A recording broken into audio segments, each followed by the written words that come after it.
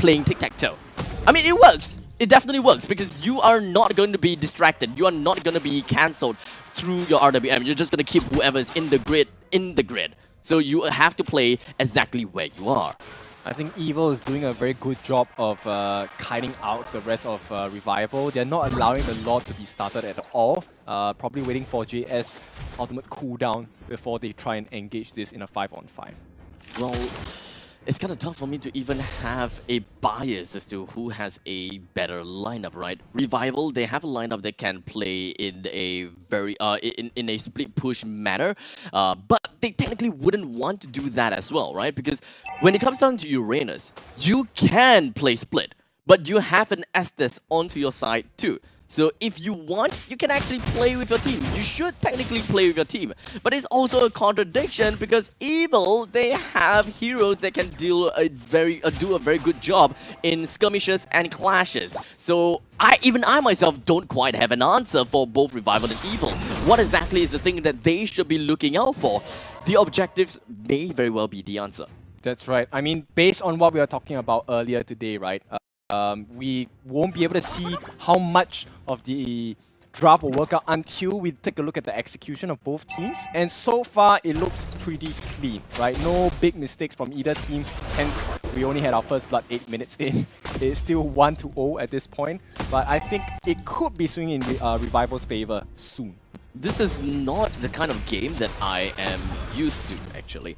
Especially when it comes down to Singapore meta, we have a lot of mindless killings. But for both of these teams, Revival and Evil, there's not a lot of mindless killings. In fact, we don't even have much killings. But maybe now we should be able to see a bit more killing as Melon HP drops all the way down low. Yep, Sword gonna push him away as the Lord is falling low as well. Heavy spin committed and looks like they do get the Lord. And now this is the time for Revival to back off. But they're so low on the side of Evil. What's happening? JS is looking at all 5 members in the face, but the heal comes out. Immersion is gonna help survive the team on the side of Revival. And this is, I mean, so much action and we just got 1 kill.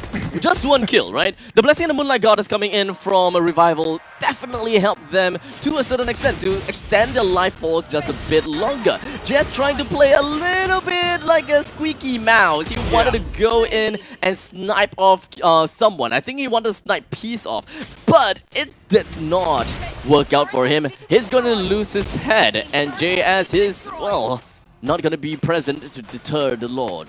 Yeah, Revival's lineup is pretty scary because it amplifies every single mistake you have, and with that, the real-world manipulation could be dropped down to slow down the push from the Lord, and it looks like this defense is going to be successful. Yep, at least for now, right? Revival, they do have the Uranus just pushing up to the top lane. The second tier defense turret is definitely going to go down, but no one can defend this middle lane turret as well. What is going to be working out for them is going to be the fact that their inhibitor turret will be going to be a-okay. Evil, they do have high ground. Revival, they do have high ground as well. Both teams have good defensive capabilities thanks to Sicilian as well as Yip respectively. They both can clear creep waves. They both can zone people out. In fact, their win condition is very similar. It's almost like a mirror. It's just that the only difference is they have different heroes. Yep. LY4, I think going into the next fight, he's going to be trying to look for Carrot, try to get Carrot away. You see how well that fight was done when Carrot is unable to use the time journey. He got the heavy spin off and just really wrecked the team of Evil. So I think he will be looking to replicate that. LY4 as well as Riot, they are undoubtedly going to be pretty darn tanky. Coconut should not have a Demon Hunter sword by now. I believe he should not have it. So the only one that can really deal with these tanky heroes is going to be Powerful. But Evil, knowing how they play, they should be kind of like a death ball. The way they play should be a death ball. They will want to send Powerful over to the backline to deal with, to deal with the backlines. JS can deal with the backlines as well, but they can also have a pretty strong control in the front lines thanks to Coconut as well as Melon. The main thing is that they need to keep Coconut and Melon in a right spot, ensuring that they are always safe and dealing damage onto the front lines. And if they are able to catch up QDX Love, the better it is. Yeah, I mean, QDX Love, that you mentioned, will be the prime target, right? And of course, on the side of Revival, like you said, protecting Carrot and Melon is the 2 most important objectives on the side of Evil. And we know how is playing in the previous game, game 2, Melon was just a ghost. He's mostly just playing around, I would say. He really just playing around and not wanting to do much. He doesn't really want to go and overextend himself in most situations because his position is very important. RWM is very important for the survival of Coconut as well. Yep. Otherwise, if they don't have RWM, they're gonna work with Time Journey. And looks like they will get the Lord started. The Lord dance is happening already for the side of Revival, and you can see they are trying to play around the wave management as well. Uranus going to be looking down the mid lane. Wow, LY4 and the rest of the team, they will get this Lord underway. Already down to 24,000 in health as Ryan looking at the back line. He's going to try and bait out as many skills as possible. His heal comes in. He's going to try and catch the rest of the back line of Evo. Oh, no. And here we go. They are pushing them out, but they're not going to commit for this. They need the Lord. The Lord is more important at this point as the Moonlight Immersion gonna come in. They do get it, but the kill comes in as Sword is so low. He's being chased down. They do get the kill, but the heavy spin is committed as well. Can they get this and win the fight on the side of Revival? This is the marker for the victory as JS gonna be forced to back away. He's super low as well. He does have access to immortality, but with that, Revival losing 1 for the Lord. Hey, the fact that they managed to kill Swirl is quite something already.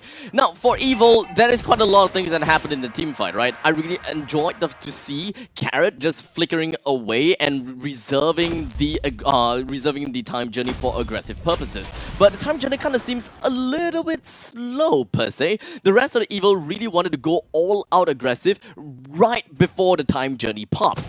But they only started to be super aggressive once the Time Journey popped. You know, one is before, one is after the Time Journey. So Evil, they still gonna have to work down more on their momentum. They're gonna have to work onto their communications as well when it's gonna be the perfect time for them to spring into action. Yep. No Time Journey available for Evil, so they definitely know what's going on the side of Revival. They can push the anti. Alright, it is gonna be just up for the side of Carrot, so now Revival, they have to be very careful. Well, unfortunately for Evil, they don't have an endless skilling hero, while Revival has.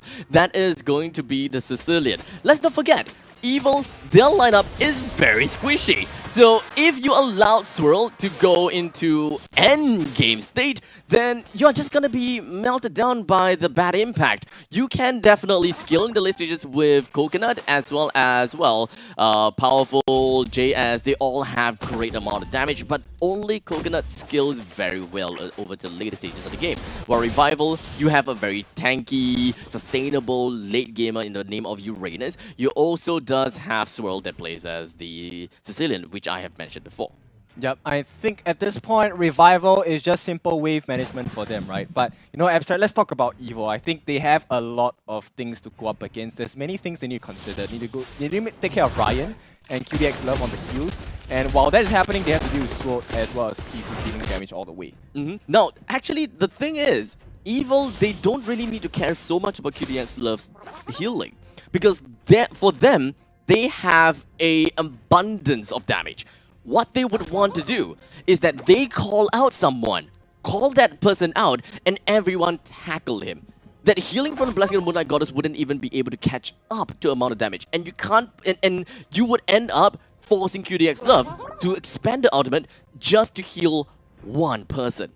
And that is the game plan for Evil. You have to identify who you would want to kill first, and then everyone swoop in and do what you need to. But so far, Evil, they have been distributing the damage all across the place. They have been distributing and understanding, okay, we gotta take this person down, we gotta take that person down.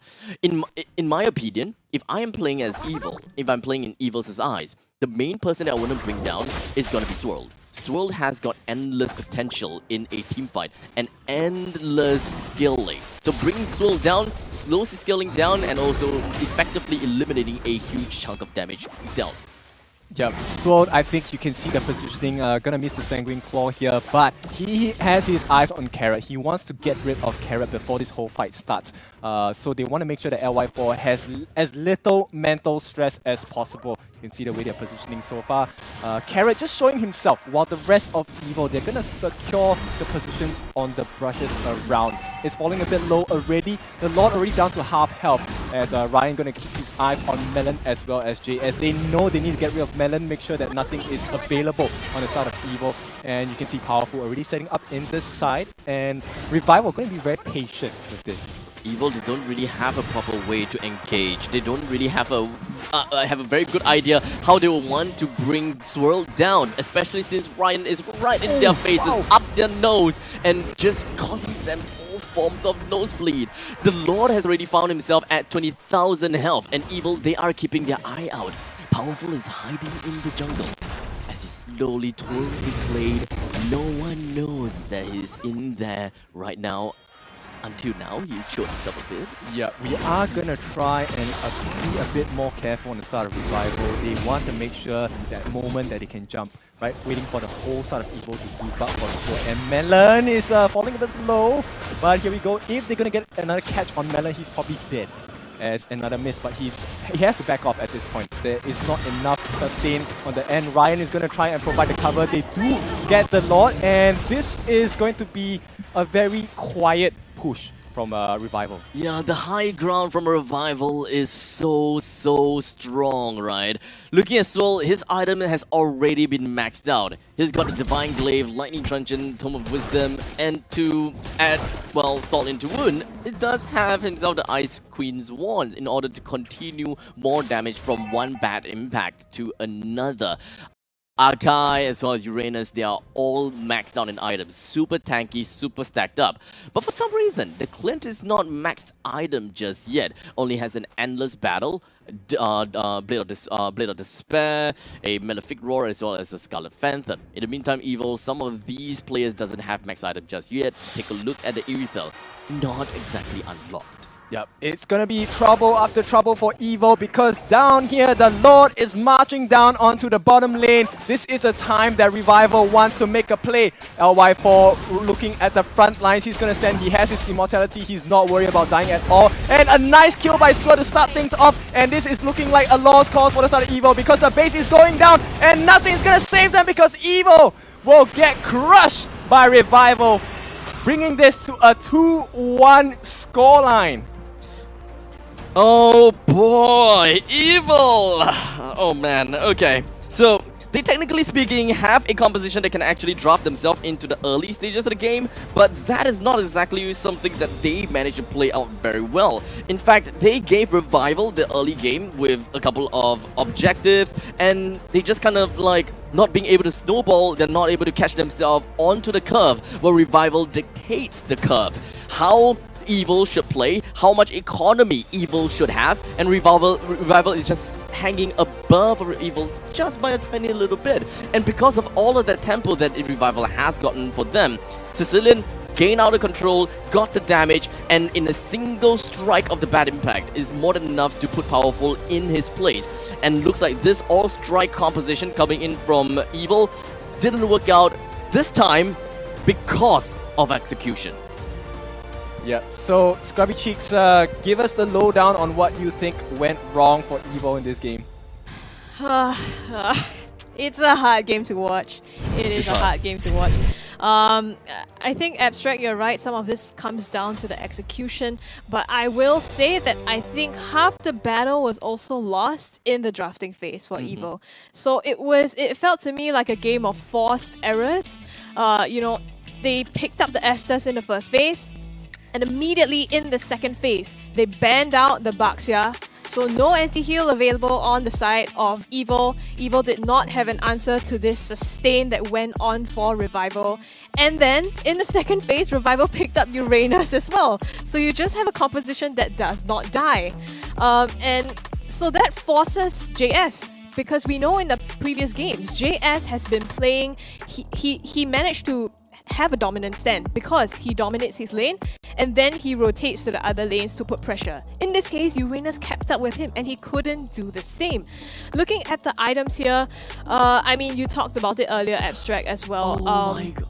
They didn't have, I think, a lot of defense on the side of Evil as well. So Powerful, instead of opting for that tanky build, he went for damage. So you could see in the last fight, you know, immediately just busted down by Swope. Remember how I talked about the fact that I was hoping to see JS actually picking up Dominus Ice? Yeah, he didn't. Yeah, there's actually no Dominus No Dominus Ice. So the only way that you can stop QDX Love from healing and Ryan from healing is if Melon touched the them. NOD, yeah. Yeah, and the thing is, in some of these fights, I think in the last lot fight as well, Melon didn't even put up the real world manipulation. Yep. So I'm not sure. I'm really not sure why there was not a single Dom Ice in their kit, even though they didn't have the heroes for that. It's a bummer.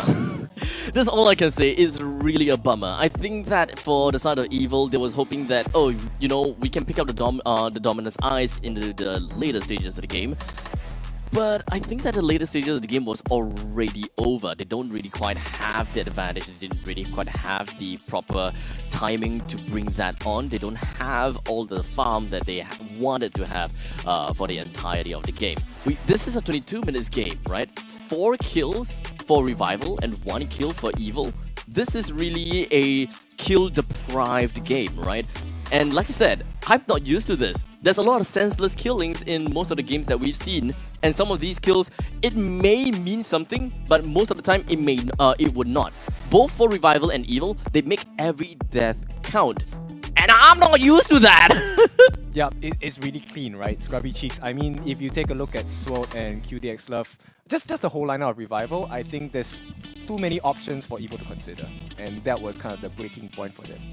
I think, yeah, it was that, and also not just one breaking point.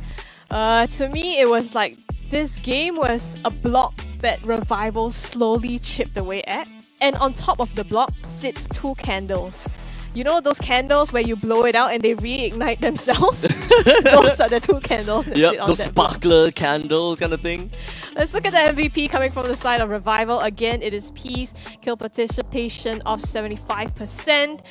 Didn't die a single time, and of course, I'm not sure if he actually sold something or he's just missing an item to complete his build, but I mean, he had all the things he needed in his kit to be able to dish out the damage, and not to mention the healing coming from QDX Love as well. Well, we'll assume that he didn't have the money. Maybe, maybe. I'm not too sure, but I'm assuming that maybe he just doesn't really quite have the money because, let's be honest, Sicilian is the one that is the money hogger. He literally broke into a bank, took every single money sack all for himself and be like, none for you guys. You guys just go in front and fend off the cops for me. That is exactly what Uranus as well as the Akai did. Just fend off the cops. And I'm just here enjoying my popcorn.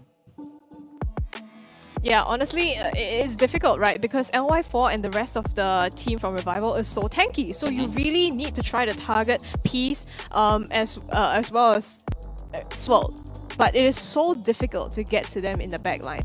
Let's see exactly what went on in that game. Again, we have the highlights ready for us. This is the Lord, I think, where the first blood again fell. You can see that initially, you know, Evil could fight it, but unfortunately went down as first blood. 1 man short, they had to give up the turtle in this case. In this Lord fight here, you can see LY4 actually popping the heavy spin, not to take the objective, but to zone out the rest of the members of Evil. And from there, it was just, you know, tough for them to fight. JS did what he could, but it was pretty much over by then. And I think it just continued for the rest of the fights, right? Look at QDX Love just healing up Ryan in the front line. It's causing so much disruption. The time journey is a one-off skill. So the moment you pop it, you cannot go back into the fight, as opposed to the constant healing that comes from QDX Love. And this is where Powerful just gets absolutely melted down, and Revival finishes the game from here. Well, unfortunately, both sides, they have their defensive option, and you see from the second last clip, it was an Estes pop off the Blessing of the Moonlight Goddess. All of his teammates popped off the sprint. No one could properly deal proper damage over to them, and even if they could, it is really just chips over to their armor, and the armor magically regenerates. Yep, exactly. And they had Immortality, which is, okay, round 2. Yeah. And the thing is, Revival's draft was also scaled for the late game. Yes. So not only did they put down Evil in the early game, they also had natural late game advantage. And I think this just made Evil's life so difficult from the beginning to the end. Let's hear it behind the scenes from Cheryl on what went down. Cheryl, take it away. It's absolutely amazing. Now, this is the 2nd win in a row for Revival. You guys are absolutely on fire. Now, I have right here with me Swirl from Revival. Say hi. Hello guys. Fantastic. We do have some burning questions for them, especially right now. They are on a roll, so we're very excited. Now, Swirled, was the team worried when Evil showed some signs of life in game 1? Definitely, there is some where we are quite worried after the game 1 because we didn't expect them to came back even after being defeated so badly. But this proved that they definitely have some fighting spirit in them. Yeah, so we cannot let our guards down. Yes, definitely. And with regards to MPLSG in general, we can never rest on our laurels, right? Anything can happen. And of course, signs of life were extremely unprecedented. So that's really exciting. Now, the second question, how did Revival feel about being heavily slammed by the Valentina?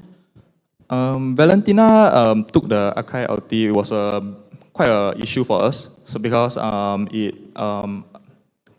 denied our objective takes when we try to help our team, but the Akai is just spinning out, so it's quite hard. So it's like if our team have Akai, but their team also have Akai, so it's quite annoying to fight with.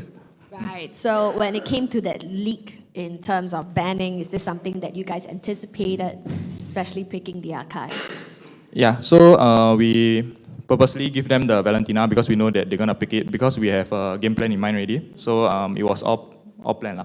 Just that when the Valentina took the Akai ulti, it was a bit of an issue, but our early game still go as according to plan. Right, so it's anticipated that you guys leaked the Valentina over to Yeah. them. Interesting. All right, so what do you think was the reason that Revival did not take game 2? Because I feel that we use the same draft again, then we try to win them using the same draft because our mind was like, okay, 2-0, then we go home sleep. It's like get a quick game But so at that point of time we let our guards down, so they took one game from us. So our third game we more focus in a Right, sense. you guys regrouped and really re-strategized everything. Right. So then, how did Revival reset in game 3 and following taking the series? So we have a lot of game plan, different draft. So we decided to try a different draft, which we are much more comfortable with, and indeed it paid off. So early game, we still managed to get a lead while our team comp is supposed to be lacking in the early game. So that's a good thing. So when it comes to the late game, we already know that the game is ours already. Yes, Sicilian was absolutely stacked by then, so that was wonderful. And final question, what are your thoughts on the rest of the matches for Revival in the regular season now that you guys are on a roll? So at the start of the regular season, we fought, I will feel, 2 of the strongest team already. So there's one big hurdle. So after that, going forward, we are gonna go try to get as much win as we can. Try to build our momentum right now and go strong for playoff. All right, wishing you guys the best of luck. You guys did amazing. Thank you so much, Swirl. Thank you. Thank you, guys. Alrighty, so friends, thank you for sticking around right here with us. Now, our next match will be Team Flash versus Stellark. That'll be happening later on at 1 p.m., so stick around and we'll see you then.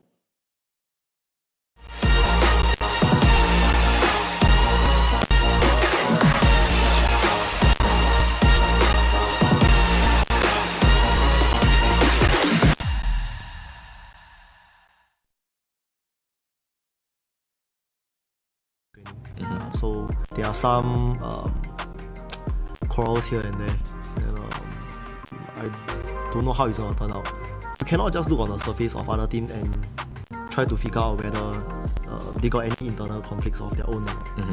What do you feel about this current jungler role that you're filling up, especially taking over Jox? Yeah, like what Adam said, I think he decided to go on a more Step lower, by step. Yeah, slowly first. Go down one step. Maybe learn a bit first, then maybe he can come back with us. Yeah. So you're still looking forward to Jox's return so that you can go back to the XP lane? Yeah, I can retire.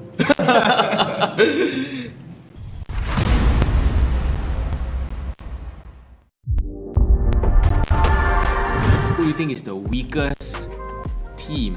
Okay, this time I'll just say team, right? I won't say player.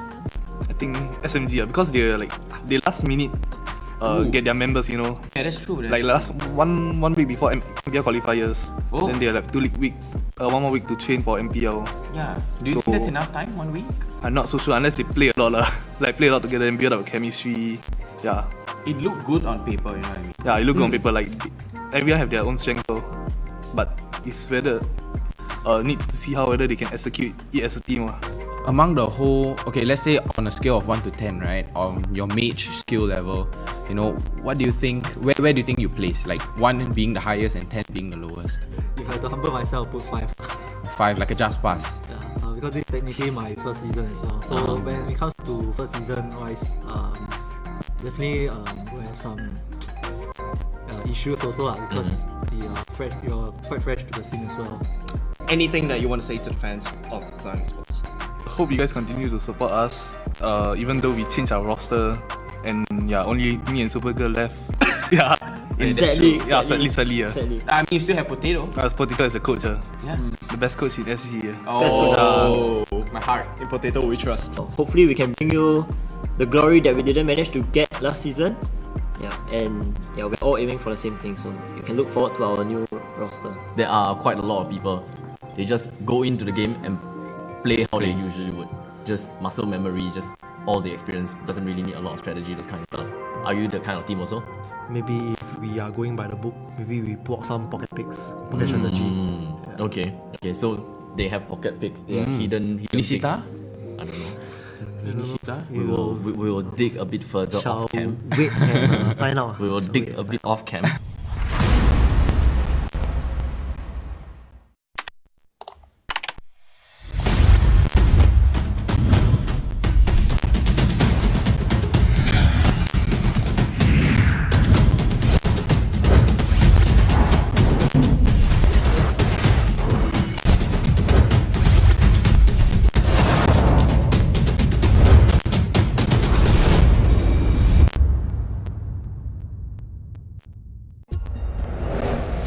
I am Optimus Prime.